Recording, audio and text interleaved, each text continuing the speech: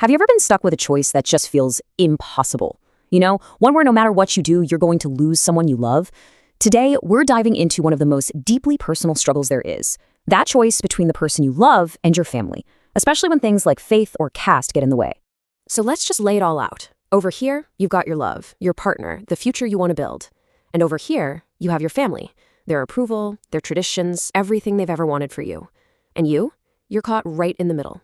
That's what we're here to talk about. How to even begin to think your way through this. The first thing you really need to get is that you are not the first person to go through this, not by a long shot. This fight between love and family, well, it's not new at all. As our source material points out, people have been facing this exact dilemma for centuries. It's a classic human struggle, pitting what you want for yourself against these huge, powerful forces of tradition. And that puts you in such a tough spot, right? It feels like you're being forced to choose. Is it going to be your family, or is it going to be the person you love? There's just no easy answer, and the pressure can feel absolutely crushing. Okay, so how do you get any clarity when you're in a situation like this?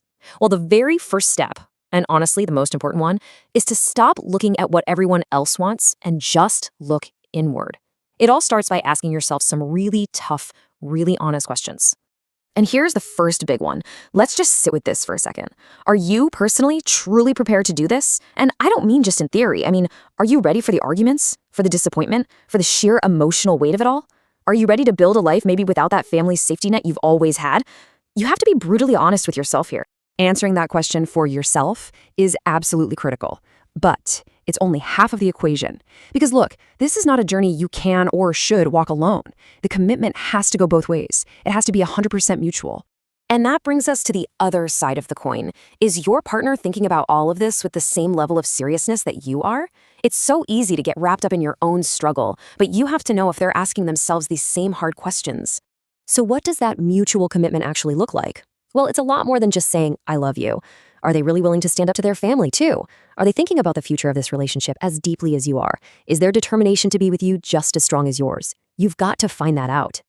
All right, let's zoom out for a second, because we really have to be honest about how high the stakes are here. This isn't just about getting through a few awkward family dinners.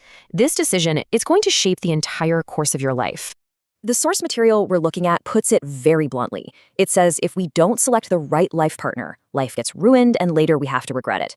Wow, I mean, that's a pretty heavy warning, but it's a powerful reminder that the choice you make right now echoes for years and years. And that right there is why this whole thing deserves so much careful, honest thought from both of you.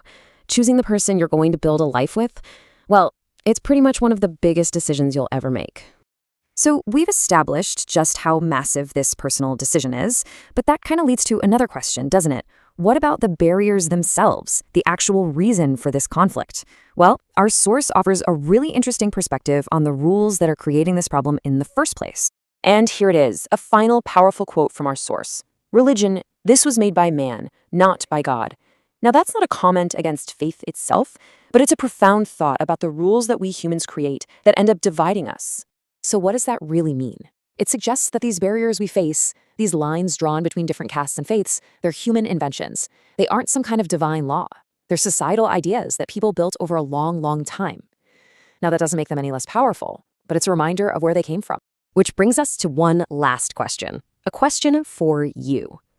If the barriers were made by people, and you're the one who has to live with the consequences of your choice every single day, then who should be making this decision? At the end of the day, whose life is it really? That's something to think about.